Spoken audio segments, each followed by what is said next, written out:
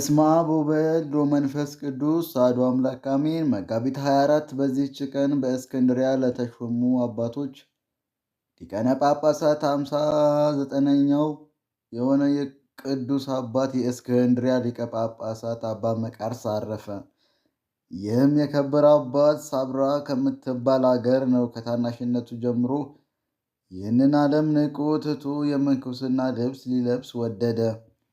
ወደ አስቄጥስ ገዳም በመግባት በታላቁ አባ መቃርስ ቤተ ክርስቲያን ውስጥ መነኮሰ። በተጋድሎም ተጠመደ።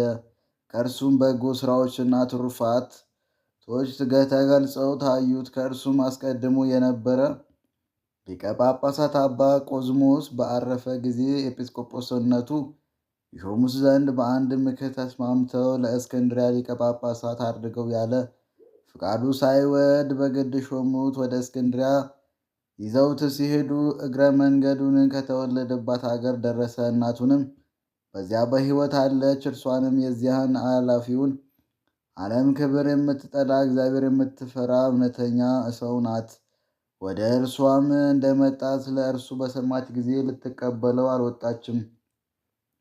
ነገር ግን እርሱ ራሱ እርሷን ወዳለችበት ቤት ገባ። ተቀምጣም ትፈትል ነበረ። በሰላምታ ልታገኘውም ያልተነሳችው ያላወቀችው መስሎት እኔ ገሌ ልጅሽ አይደለሁምን? ለምን ሰላምታ አትሰጭኝም ወይስ አላወቅሽኝም? አላት። እርሷም እኔ ሳውቅሃለሁ፣ ራስን ያላወቅ አንተ ነህ። በዚህ በሊቀ ጵጵስና ክብር ሆነ ከማይህ ሞተ ተገንዘ ባይ በወደድኩ ነበር።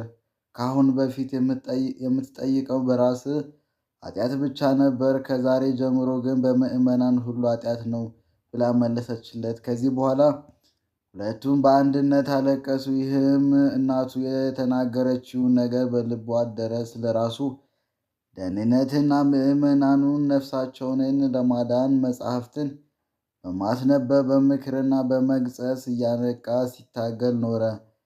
ደግሞ በእውነተኞች ካህናት ምስክርነት በቀር ካህናትና ኤጲስቆጶስነትን ከመሾም የሚጠነቀቅና የሚጠበቅ ሆነ።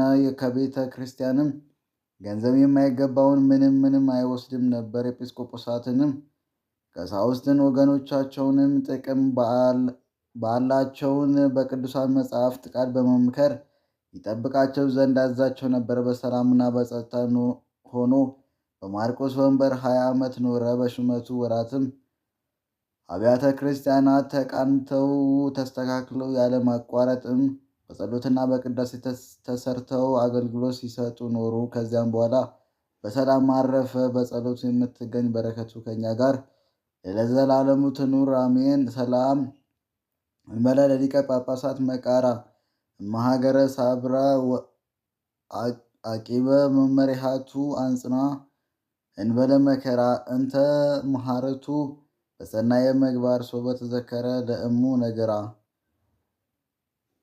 በዚህች ዕለት ዳግም አይሁድ በጌታችን ላይ አጽንተው መከሩ። ለእርሱም ክብር ምስጋና ይሁን ለዘላለሙ አሜን።